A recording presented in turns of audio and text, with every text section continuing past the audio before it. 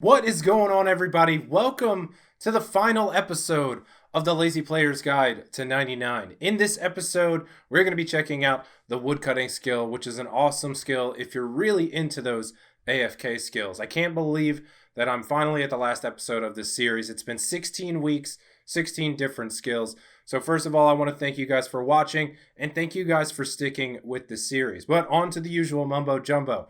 If you have any loot screenshots or really low KC drops, send them my way to the email address on the screen right here. I'm still compiling all those awesome loot videos. And if you didn't know, I'm going to do those every other month. So I take submissions for 2 months at a time, and then I put out a video based on that. Additionally, if you're looking for some people to hang out with, you can check out the description down below. It always has my clan chat and Discord information in it. So if you guys aren't doing anything, you can come in, hang out. I try to be in there as much as I can and talk with everybody as much as I can. So with that, let's go ahead and get into the Lazy Player's Guide to 99 Woodcutting.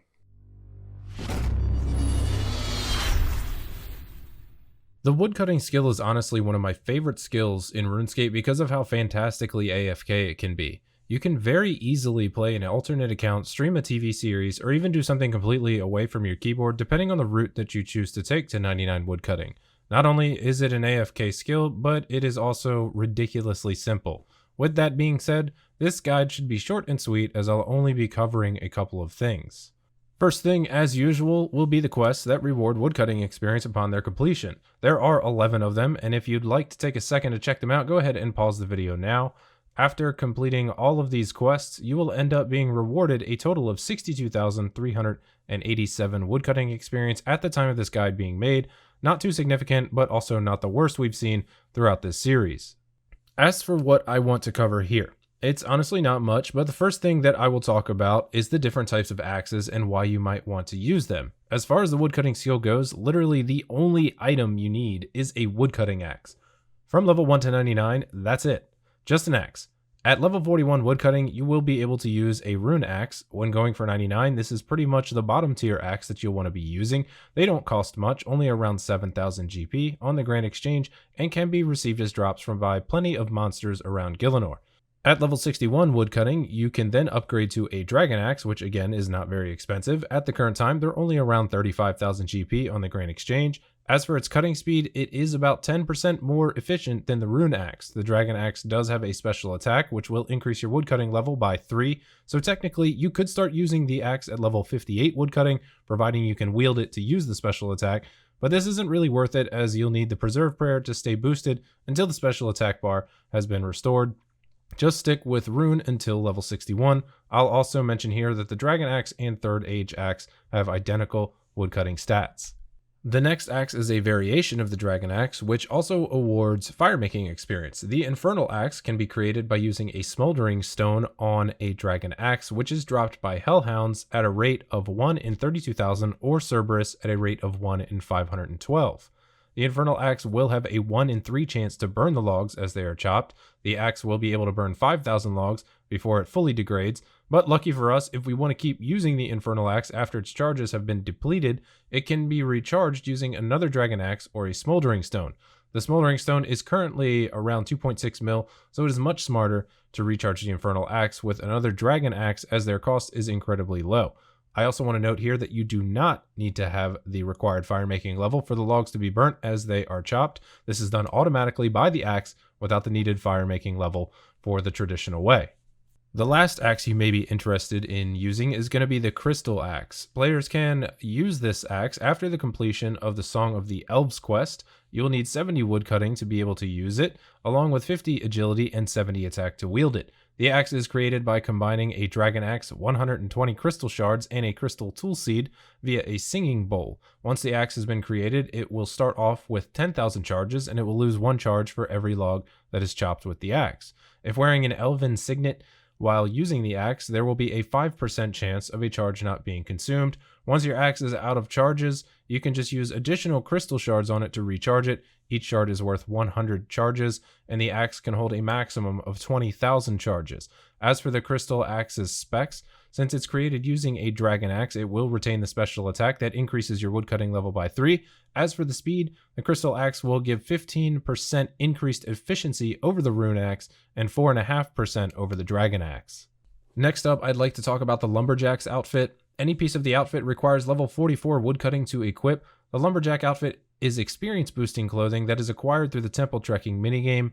Each piece of the outfit will provide an experience boost, and the full set will provide a total experience boost of 2.5%. It is recommended to get this on your way to 99 woodcutting, as the outfit only takes about an hour to get if using Route 1 and skipping all of the events except for the undead lumberjack parts. If you'd like some information on temple trekking and how to do it, you can check out the description below for the OSRS wiki page on temple trekking. And the last thing that I will talk about before we get into the leveling part of the guide is going to be the Woodcutting Guild. Post level 60 woodcutting, the guild is going to be your best friend. The Woodcutting Guild is located in the southern part of the Hosidius house over on the continent of Zeah. You will need at least level 60 woodcutting to enter the guild, as well as 75% Hosidius house favor.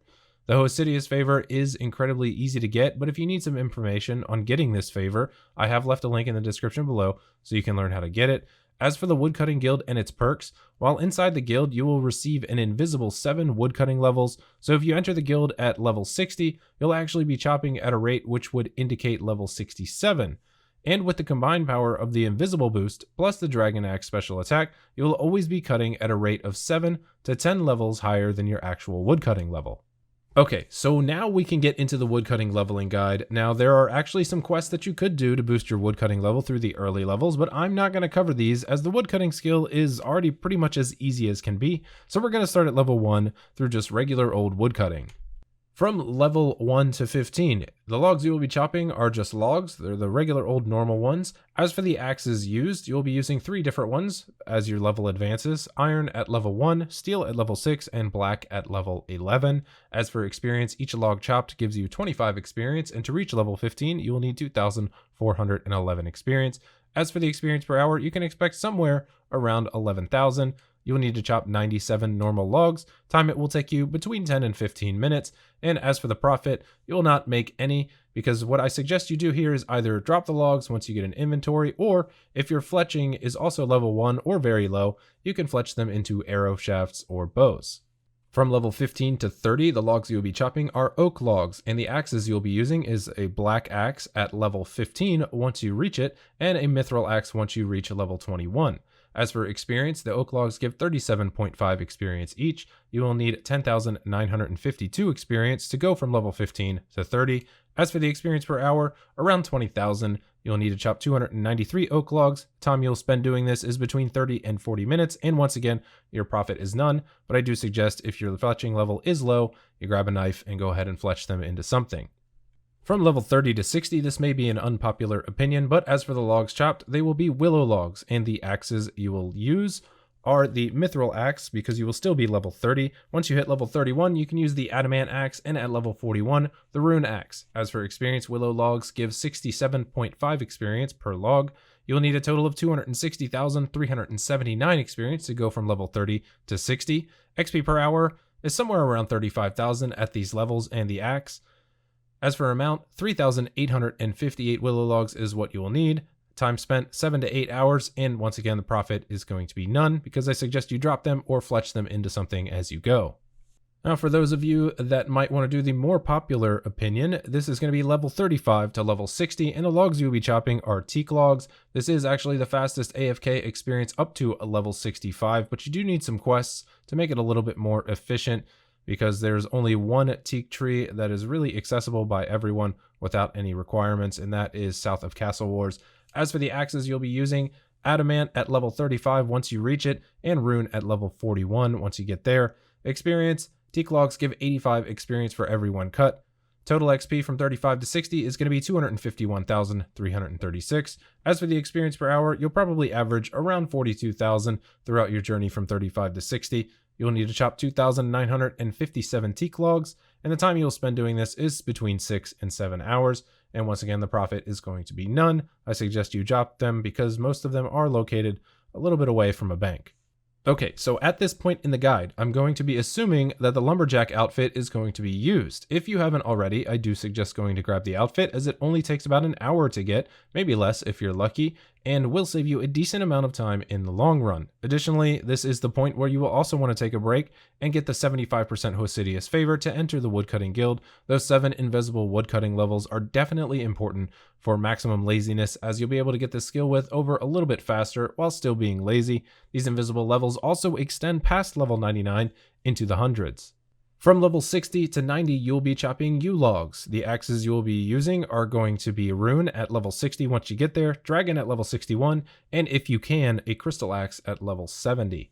As for experience, U-logs will give you 179.375 with the Lumberjack outfit equipped. You will need 5,072,590 experience from level 60 to 90. As for the experience per hour, you're going to see somewhere around 45,000. You'll need to chop 28,280 U-logs. The time you'll spend doing this is between 110 and 115 hours.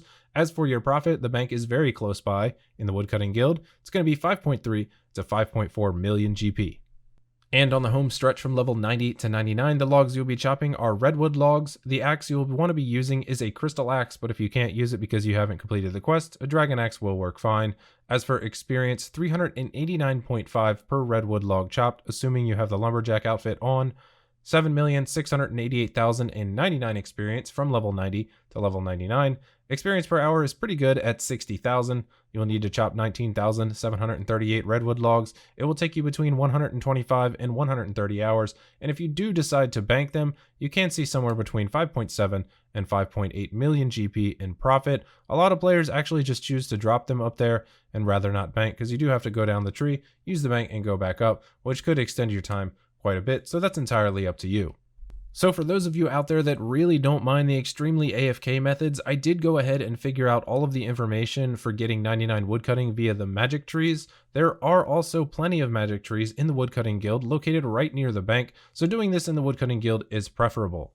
From level 75 to 99, the logs chopped are going to be magic logs. The axe you will want to be using is definitely a crystal axe. If you're looking to go this way, you definitely want to get this done as fast as possible. Experience is going to be 256.25 per magic log chopped with the lumberjack outfit on. 11,824,010 experience from level 75 to 99. XP per hour is pretty much terrible. 24,000, that's it. That's probably what you'll average between 75 and 99. You will need to cut 46,143 magic logs. The time you will spend doing this is between 490 and 495 hours, but you will come out on top with a profit of somewhere between 49 to 49.5 million GP.